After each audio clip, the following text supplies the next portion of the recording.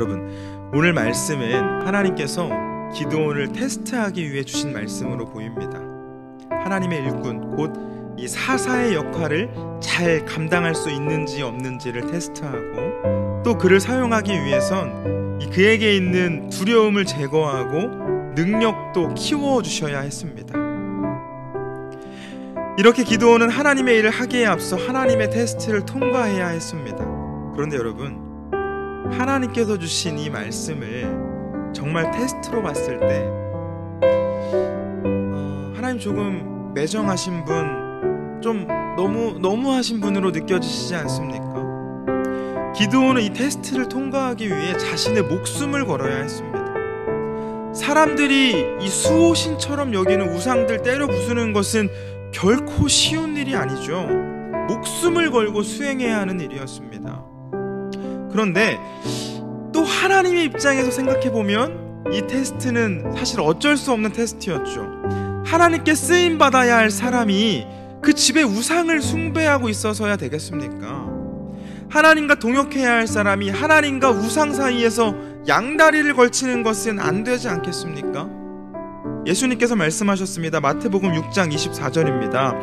한 사람이 두 주인을 섬기지 못할 것이니 혹 이를 미워하고 저를 사랑할 것이나 혹 이를 중히 여기고 저를 경히 여김이라.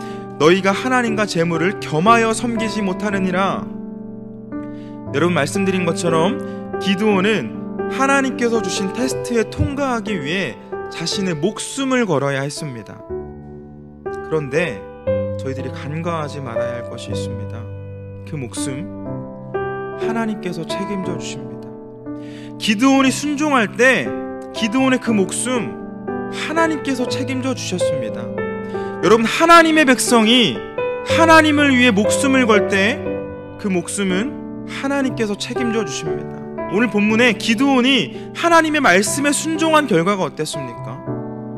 성읍 사람들이 기드온 죽이기 위해 찾아갔지만 단 한 명도 손끝도 대지 못했습니다. 그대로 돌아갔습니다. 여러분, 하나님이 어떤 분입니까? 죽을 수밖에 없는 영혼도 살리시기 위해 자신의 목숨을 내어주신 분 아닌가요? 저와 여러분에게 하나님의 나라와 영생을 허락해 주시기 위해 당신의 목숨을 바쳐 사랑해 주셨습니다. 여러분, 하나님은 사랑하는 저와 여러분을 위해 목숨을 바치셨습니다. 그렇다면 여러분들도 하나님을 위해 목숨을 바치실 수 있습니까? 하나님께서는 저희 모두가 목숨 바쳐 하나님을 사랑하길 바라십니다.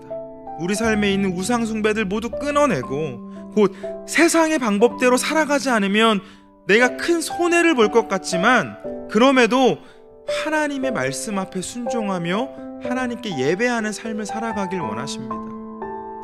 세상의 방법대로 사람들의 전통대로 살아가면 적당히 죄짓고 적당히 타협하고 적당히 편법을 쓰며 살아가면 성공할 것 같습니다.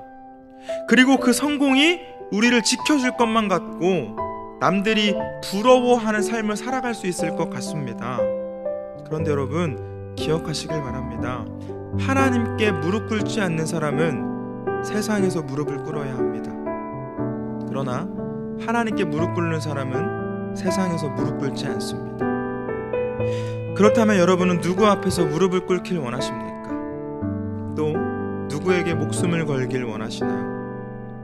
사랑하는 여러분, 하나님께서는 저와 여러분을 사랑하시기 위해 목숨을 거셨습니다.